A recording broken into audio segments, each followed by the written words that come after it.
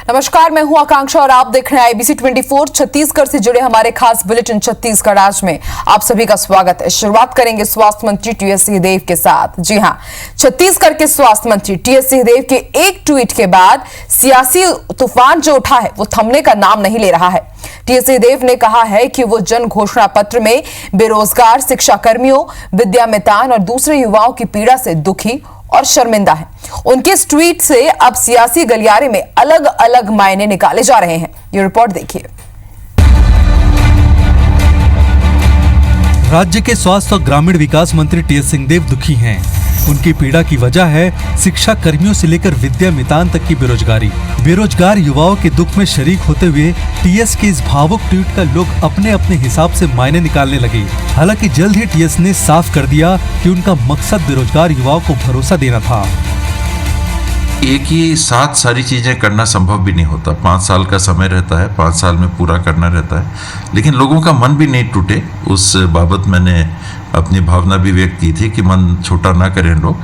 सरकार कोशिश कर रही है और कमिटेड भी है, लोगों की मदद के लिए कमिटेड है, रोजगार के लिए कमिटेड है।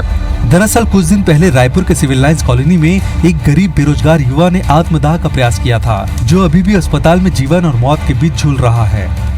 इस घटना पर सीएम भूपेश बघेल ने खुद कहा कि युवाओं को धैर्य से काम लेना चाहिए। घटना के बाद से ही हमलावर विपक्ष ने इसे तुरंत लपक लिया। बलरामपुर में तो ऐसे ही एक प्रदर्शन और पुतला दहन के दौरान बीजेपी के एक नेता अपनी पैंट ही जला बैठे। बीजेपी को टीएस सिंहदेव के बहाने सरकार पर निशाना साधने का मौका मिल गया है। छत्तीसगढ़ के युवकों की पीड़ा इस रूप में प्रकट हो रहा है 18 महीने के होते होते कि उसे अपनी बात को, अपनी पीड़ा को व्यक्त करने के लिए मिट्टी तेल पेट्रोल डाल के आत्महत्या के लिए मजबूर होना पड़ा है। तो सरकार को अब सोचना चाहिए कि छत्तीसगढ़ के युवकों के मन में कितनी बेचैनी है, कितनी तड़फ है और कितना आक्रोश है। जो वादा खिलाफी आपने किया उसके खिलाफ एक निश्चित रूप से इससे ज़्यादा अलार्मिंग साइन और कुछ नहीं हो सकता। अभी भी वक्त है रहते युवकों के लिए जो आपने वादा किया उसमें से कुछ पूरा करो, नहीं तो ये आक्रोश दिन ब दिन बढ़ता है। जो बोले हैं अगर वो करेंगे तो वास्तव में कांग्रेस ही नहीं प्रदेश के लिए एक राजनैतिक सूचिता और राजनैतिक नैतिक मूल्यों के एक जाने माने एक पैरोकार के रूप में स्थापित होंगे। जेसीसीजे के प्रदेश अध्यक्ष अमित जोगी भी अस्पताल जाकर आत्मदाह की कोशिश करने वाले युवा और उसके परिजनों से मुलाकात की। साथ ही उन्हें अपनी ओर से 1 लाख रुपए की मदद का चेक सौंपा। अमित जोगी ने राज्य सरकार से बेरोजगारों के लिए कदम उठाने की मांग की है। ये आग लगाई मुख्यमंत्री जी के निवास में, उसको अंदर नहीं घुसने दिया जा रहा था, मुख्यमंत्री जी से मिलने नहीं दिया जा रहा था। इन सब को अभी से लीपापोती की कार्रवाई चालू हो चुकी है। हरदेव की इस लड़ाई को जारी रखेंगे। रोजगार, नौकरी हमारा जन्म सिद्ध अधिकार है और इसको हम लेकर रहेंगे। इस बीच छत्तीसगढ़ सरकार ने 2 मंत्रियों मोहम्मद अकबर और रविंद्र चौबे को आधिकारिक बयान देने के लिए अधिकृत किया है। विरोधी दल बीजेपी के नेता सरकार के इस फैसले पर भी सवाल उठा रहे हैं। इस सियासी सवालों से अलग मंत्री टीएस सिंहदेव ने साफ कर दिया है कि वो घोषणा पत्र के हर वादे पूरा करेंगे, चाहे वो किसानों से किया धान का वादा हो या नौजवानों से किया रोजगार का वादा। Bureau report IBC 24। बेरोजगारी को लेकर किए अपने ट्वीट पर छत्तीसगढ़ के स्वास्थ्य मंत्री टीएस सिंहदेव ने कहा है कि लोगों का मन ना टूटे, इसलिए उन्होंने अपनी भावना व्यक्त की है। लोगों की मदद करने के साथ उन्हें रोजगार देने के लिए छत्तीसगढ़ सरकार वचनबद्ध है। लोग मन छोटा ना करें, व्यवस्था वापस पटरी पर लाने के लिए सरकार पूरी कोशिश कर रही है।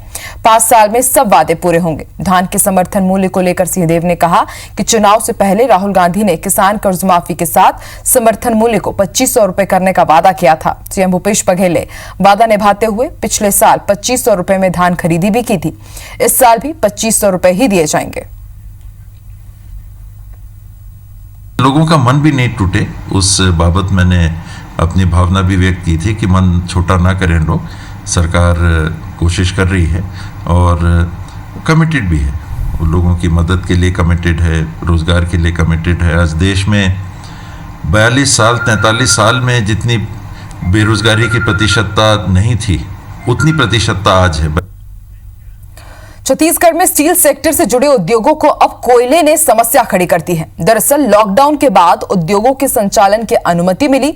50% क्षमता के साथ उद्योगों का संचालन भी शुरू हुआ तो महंगी बिजली की समस्या का सामना उन्हें करना पड़ा। अब कोल कंपनियों ने उद्योगों पर दबाव बनाना शुरू कर दिया है कि वो साल भर का कोयला एक साथ ही उठाए। Chhattisgarh sponge iron manufacturing association के अध्यक्ष अनिल नचरानी ने बताया कि लॉकडाउन के दौरान देश भर के पावर प्लांट में कोयले की मांग कम हुई है, जिससे कोल इंडिया के पास काफी स्टॉक हो गया है। वो अब उद्योगों पर कोयला उठाने का दबाव बना रहे हैं। साथ ही उन्होंने कहा कि कोल इंडिया के अधिकारियों को बताया गया है कि उद्योग अभी आर्थिक संकट से जूझ रहे हैं, ऐसे में और अधिक आर्थिक बोझ उठाना मुश्किल है।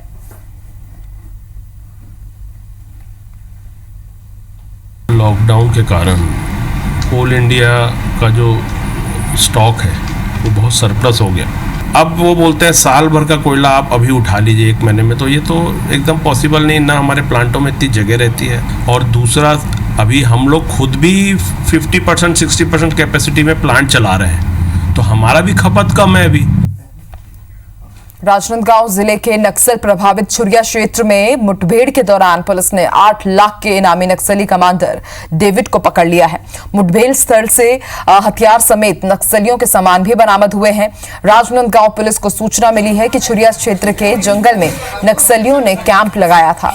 सूचना पर जिला पुलिस बल और आईटीबीपी की संयुक्त टीम मौके के लिए रवाना हुई। इस दौरान मंगलवार रात लगभग 11 बजे आईटीबीपी और जिला पुलिस बल की संयुक्त टीम जब यहां पहुंची तो नक्सलियों ने फायरिंग शुरू कर दी। जवाबी फायरिंग में पुलिस को भारी पड़ता देख नक्सली घने जंगल की तरफ अंधेरी रात का फायदा उठाकर फरार हो गए और नक्सलियों के घायल होने की खबर भी आई। पुलिस ने आसपास पता किया तो नक्सलियों के मिलिट्री प्लाटून नंबर 1 का कमांडर डेविड के घायल होने का पता चला। उसे गिरफ्तार कर उपचार के लिए राजनांदगांव के मेडिकल कॉलेज अस्पताल में भर्ती कराया गया है।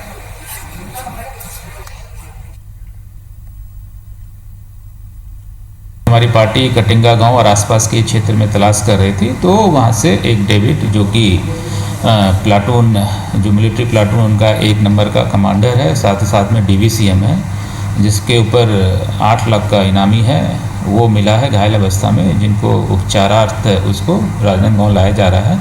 साथ ही साथ एक AK-47, एक पिस्टल और मैगजीन एवं कुछ एम्यूनेशन मिले हैं। तो एक पुलिस के लिए बहुत बड़ी सफलता है डेविड को पकड़ने में। अभी उनसे पूछताछ की जाएगी, उससे और जो खुलासे होंगे उनके अनुरूप कार्रवाई की जाएगी। नक्सलवाद के खात्मे के दंतेवाड़ा पुलिस ने एक अनोखा अभियान शुरू किया है। लोन वराटू अभियान के तहत पुलिस नक्सल प्रभावित इलाकों में इनामी नक्सलियों के बैनर पोस्टर लगाकर उनसे स्थानीय गोंडी भाषा में घर वापसी का सरकार की पुनर्वास नीति का लाभ लेने की अपील कर रही है। पुलिस ने अब की बार अपने अभियान में स्थानीय पुलिस के साथ साथ प्रशासनिक अधिकारियों कर्मचारियों को भी शामिल किया है।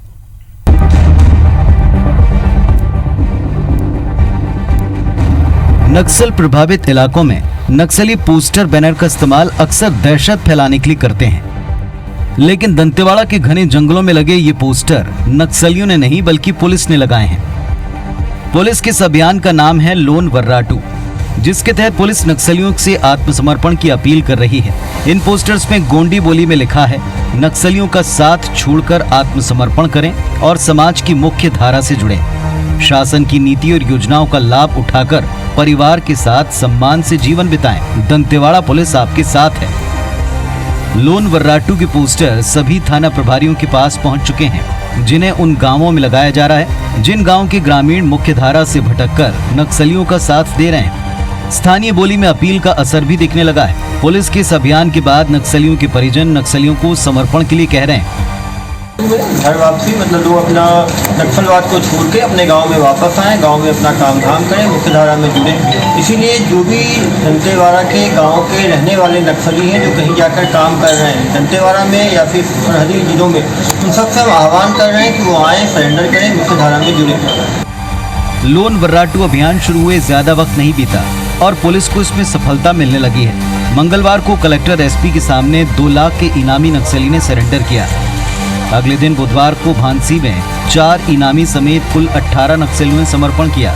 माना जा रहा है कि बेहतर जीवन जीने की आस जगाने वाले इन पोस्टर्स के साथ साथ शासन की आत्मसमर्पण और पुनर्वास नीति नक्सल सहयोगियों तक पहुंच रही है। जिसके तहत समर्पण करने वाले नक्सलियों को नौकरी देने का प्रावधान है। समर्पित नक्सली अगर गांव में रहकर खेतीबाड़ी करना चाहे तो इसके लिए वो स्वतंत्र है। इस दौरान उनकी सुरक्षा का ख्याल पुलिस रखेगी। कलेक्टर के मुताबिक मौजूदा वक्त में ज्यादातर गांव में पुलिस कैंप स्थापित हो चुके हैं, जिस वजह से नक्सलियों पर दबाव बढ़ा है। ये उनकी सुरक्षा के लिए अपन ने जो विकल्प लिया उसके हिसाब से वहाँ पे जो भी कैंप स्थापित भी हो गया है। तो वहाँ पे अगर वो अपने विकल्प पे चाहता है कि अपनी खेती बाड़ी करे और वो कॉन्फिडेंट है कि वहाँ पे कर सकते हैं, तो वहाँ पे उसको करने का अधिकार है। हम उस अधिकार को उसे छीन नहीं सकते हैं, लेकिन हमारे पास पूरे विकल्प उसको उपलब्ध कराए गए। वो जो विकल्प चाहे उसको चुन सकते हैं। हालांकि दंतेवाड़ा पुलिस के नए अभियान को भाजपा ज्यादा प्रभावी नहीं मानती। पूर्व मुख्यमंत्री रमन सिंह के मुताबिक नक्सलवाद के खात्मे के लिए ठोस रणनीति की जरूरत है। पोस्टर अपील से कुछ नहीं होगा। इसके लिए ठोस कार्य योजना बनाकर ज्वाइंट एक्शन बनाने की ज़रूरत है और कार्य योजना बना के जो एसपी वहाँ के कार्यरत हैं और वहाँ जो फोर्स हैं उस फोर्स को ये अधिकार देना चाहिए कि वो अपनी कार्य योजना बना के एक्शन करें, क्योंकि निर्णय तो एसपी को लेना है फोर्स का मूवमेंट का, तो उनको स्वतंत्रता होना चाहिए। और ताश के पत्ते की तरह पुलिस अधीक्षक और कलेक्टर को बदलते रहोगे तो कभी कुछ नहीं होगा। लोन वर्राटू अभियान को सफल बनाने के लिए स्थानीय बोली का प्रयोग, पुलिस थानों के स्थानीय स्टाफ का इन्वॉल्वमेंट और स्थानीय प्रशासनिक अधिकारियों कर्मचारियों जैसे आंगनबाड़ी कार्यकर्ता, पंचायत सचिव और शिक्षकों को साथ लेकर इनके जरिए अभियान का प्रचार करना ज्यादा से ज्यादा नक्सल प्रभावित कोर एरिया तक इस अभियान को पहुंचा रहा है। शुरुआती सफलता से अंदाजा लग रहा है कि लोन वर्राटू के आने वाले वक्त में बेहतर नतीजे सामने आएंगे। दंतेवाड़ा से वेद प्रकाश संगम के साथ ब्यूरो रिपोर्ट IBC 24। और ज्यादा जानकारी के लिए सीधे रुख करेंगे रायपुर का। बात करेंगे हमारे सहयोगी राजेश। हमने दर्शकों को एक रिपोर्ट के माध्यम से समझाया कि किस तरह से अब पुलिस वालों ने और खास तौर पर जो नक्सली क्षेत्र है वहां पे पुलिस वालों ने एक पोस्टर अभियान छेड़ रखा है। लोन वर्राटू से नाम दिया गया है ताकि अब नक्सलियों को मुख्य धारा में लाया जाए और उनको समर्पण करने के लिए उनसे अपील की जाए। तो वहीं बीजेपी इसे एक महज प्रचार प्रसार का माध्यम बता रही है और उनका यह कहना है कि जमीनी स्तर पर इस तरह के अभियान से कुछ होगा नहीं।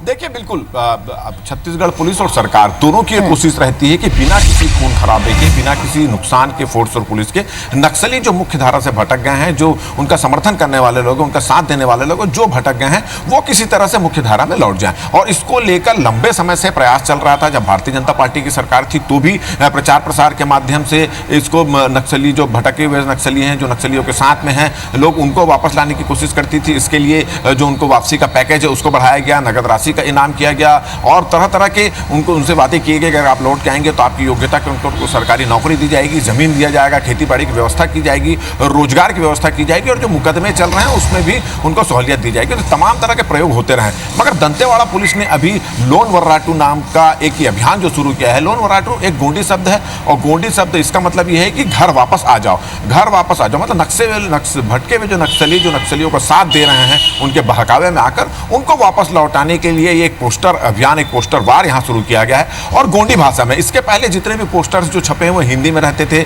या छत्तीसगढ़ी में रहते थे, उस भाषा में रहते, मगर गोंडी भाषा में रखने से ये इफेक्ट पड़ेगा कि ज्यादा से ज्यादा लोग इसको समझ सकें। तो ये एक प्रयास है पुलिस का कि किसी तरह से बिना किसी खून खराबे के जो नक्सलवाद बस्तर के गांव-गांव में फैल चुका है और सबसे ज्यादा नुकसान नक्सलियों से तो है ही है, मगर जो गांव वाले लोग हैं जो नक्सलियों के बहकावे में आके या डर के आके उनके साथ में मिल जाते हैं, तो उनको किसी तरह से वापस लिया जाए। और निश्चित रूप से अब जब ये मामला इस सरकार, छत्तीसगढ़ सरकार ने कम के समय का मामला है तो सियासत इसमें तो होनी ही थी और भाजपा ने इसमें सियासत करी है। रमन सिंह का कहना है कि ठोस रणनीति बनाना चाहिए, इस पोस्टर वार से कोई खास फर्क नहीं पड़ेगा। जी बिल्कुल राजेश, देखने वाली बात होगी कि वाकई ठोस रणनीति की जरूरत है या फिर इस पोस्टर वॉर के जरिए भी जरूर पुलिस को एक राहत मिलेगी और नक्सली सरेंडर करते हैं या नहीं, कुछ दिनों में तस्वीर तो साफ हो ही जाएगी। बहुत बहुत शुक्रिया राजेश पूरी जानकारी के लिए। अब छत्तीसगढ़ की कोरोना अपडेट की बात कर लेते हैं। तो छत्तीसगढ़ में आज अब तक 81 नए कोरोना मरीज मिले हैं और रायपुर में ही 31 नए मरीज मिले हैं। राजनांदगांव में 18 नए पॉजिटिव मिले हैं, तो वहीं दंतेवाड़ा में 8 नए मरीज, बालोद में 5 नए मरीज मिले हैं, कवर्धा में 4, कोरिया से भी 4 नए मरीज मिले हैं। वहीं बिलासपुर कांकेर से 3 नए मरीज पॉजिटिव पाए गए हैं। बलौदाबाजार से 2 नए मिले हैं और पॉजिटिव मामलों की अब आंकड़ों की संख्या में एक्टिव मरीजों की संख्या 623 हो गई है और छत्तीसगढ़ में आज कोरोना के 53 मरीज डिस्चार्ज भी किए गए हैं।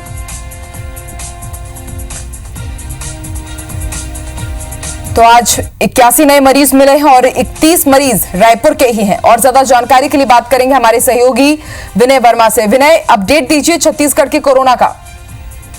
आज कुल 81 मरीज मिले हैं और रायपुर में जहां तक शाम को 30 मरीज थे, उनकी संख्या एक और बढ़ गई है। अब वहां पे 31 मरीज मिल गए हैं। इसके अलावा राजनांदगांव में 18, दंतेवाड़ा में 8, बालोद में 3, कवर्धा कोरिया में 4, बिलासपुर कांकेर में 3, कोरबा में 2, नारायणपुर, बीजापुर, मुंगेली से आज 1 मरीज आए हैं।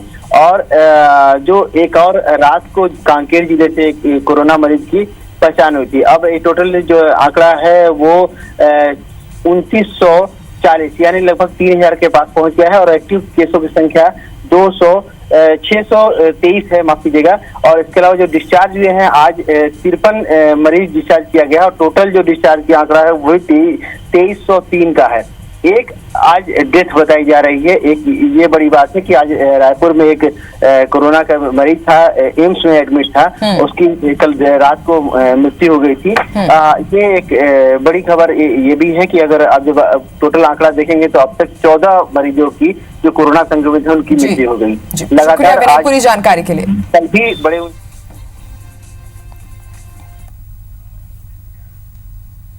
वही कोरोना को लेकर बस्तर के जिले बेहतर रहे हैं। दूसरे इलाकों की अपेक्षा यहां कोरोना के मामले कम सामने आए, लेकिन अब बाहर से आने वाले जवानों से संक्रमण का खतरा बढ़ता जा रहा है। दरअसल अलग अलग राज्यों से करीब 6000 जवान आने वाले हैं, जबकि 2500 जवान आ चुके हैं, जिनमें से 24 जवान कोरोना संक्रमित पाए गए हैं। हालांकि कोरोना को लेकर प्रशासन पूरी तरह से अलर्ट है। आईटीबीपी, बीएसएफ और सीआरपीएफ के अलग अलग क्वारंटीन सेंटर बनाए गए हैं। बाहर से आने वाले जवानों को 14 दिन क्वारंटीन सेंटर में रखा जाता है, जहां जवानों का टेस्ट होता है। लेकिन वहां पहुंचने से पहले ही कई जवान जो संक्रमित जवान हैं उनके संपर्क में आ गए हैं और इसके चलते अब संक्रमण फैलने का खतरा बना हुआ है। वहीं अधिकारियों का कहना है कि इस बात को लेकर पूरी सावधानी बरती जा रही है। बाहर से लौटने वाले जवानों का जब तक मेडिकल टेस्ट पूरा नहीं हो जाता तब तक उन्हें बटालियन और ड्यूटी पर नहीं भेजा जाता है।